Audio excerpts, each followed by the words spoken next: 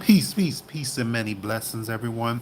Back in time with yet another most pristine, fine, and definitely most sincere and genuine new video. Brother Henry or Hank, Soul Conscious, number 4400 or 4400. Shalom, peace, and many blessings to you all.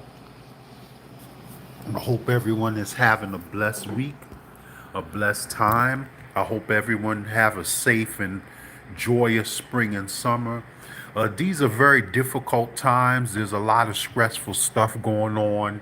Obviously, we're in the midst of recovering from a pandemic, a lot of social and political, economic, and other issues, not only going around the world and here in America, but uh, you know, just in general, we're going through a time when, many people are beginning to question. It just seems like society is just continuing to get worse and worse in some ways. Like nothing sometimes seems to get resolved as thoroughly or to the level that it should. But anyway, here I am. God bless. Shalom. I hope everyone has a blessed rest of your week and month.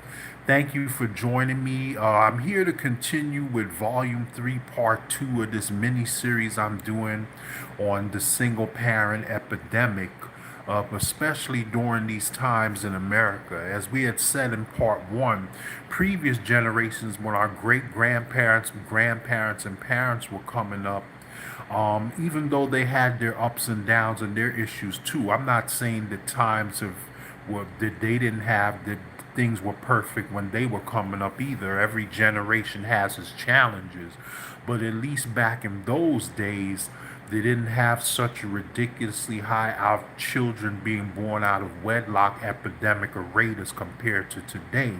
Back in those days, even if a couple wasn't married, they would either be, most of the time they would be in a monogamous relationship or have some level of commitment. They wouldn't just arbitrarily go and have a child out of wedlock without having a plan or means in place to take care of it.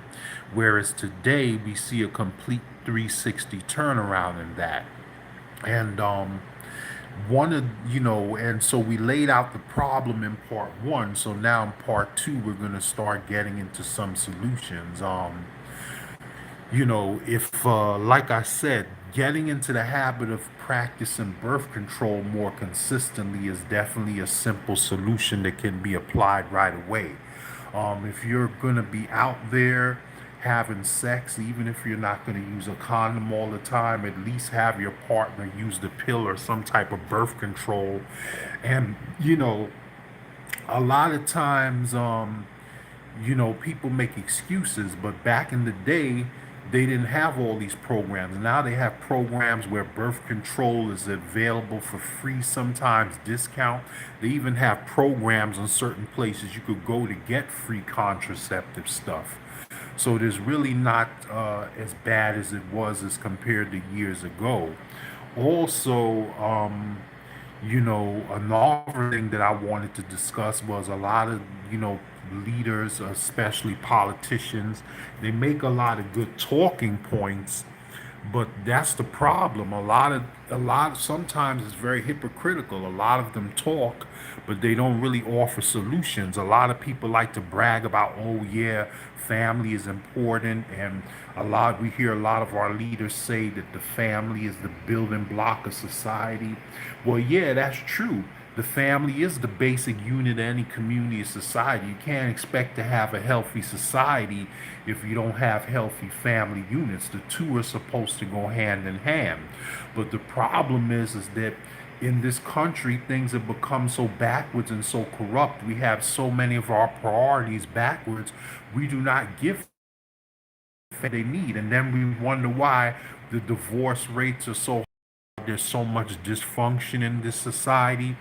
Why we have such high out of birth lock rates of children being born without the support of both parents being there. All this dysfunction, child abuse, neglect, which leads to even more problems in society. So Um, that's why it's important, I think, to have conversations like this. We need to brainstorm, to share ideas, to come up with solutions to try to decrease this. I don't think that we can continue to go down this path that we've been going, having this excessively high single parent epidemic without trying to do something to curb it, because we're just doing more damage to the health of society when we're having excessive amount of single parent kids being born without being raised thoroughly, without the right guidance. Many of these kids grow up in poverty, on welfare. A lot of them go from generation to generation.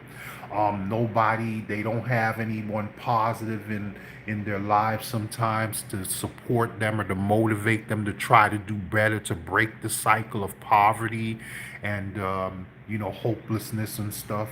So this is a topic that's very near and dear to my heart. I'm not a parent yet. I hope to be someday if I find the right one. But even still, for the health of our society in general, it's time that we need to get serious. It's time to stop slapping a band-aids on these issues and try to come up with some more permanent solutions. But anyway, peace and many blessings. Enjoy the smooth music as we cruise out. Like, share, subscribe. For those of you that are new to my station or channels, welcome. God bless. Like, share, subscribe, sub for sub. Keep in touch. Leave a comment. If you have any questions about anything, you could email me or let me know. I could email you back. Peace and many blessings. Take care. Please be on the lookout for the continuation of this mini-series as well as all the videos on my stations. And have a good one, guys. Take care. Peace. Peace, peace, peace.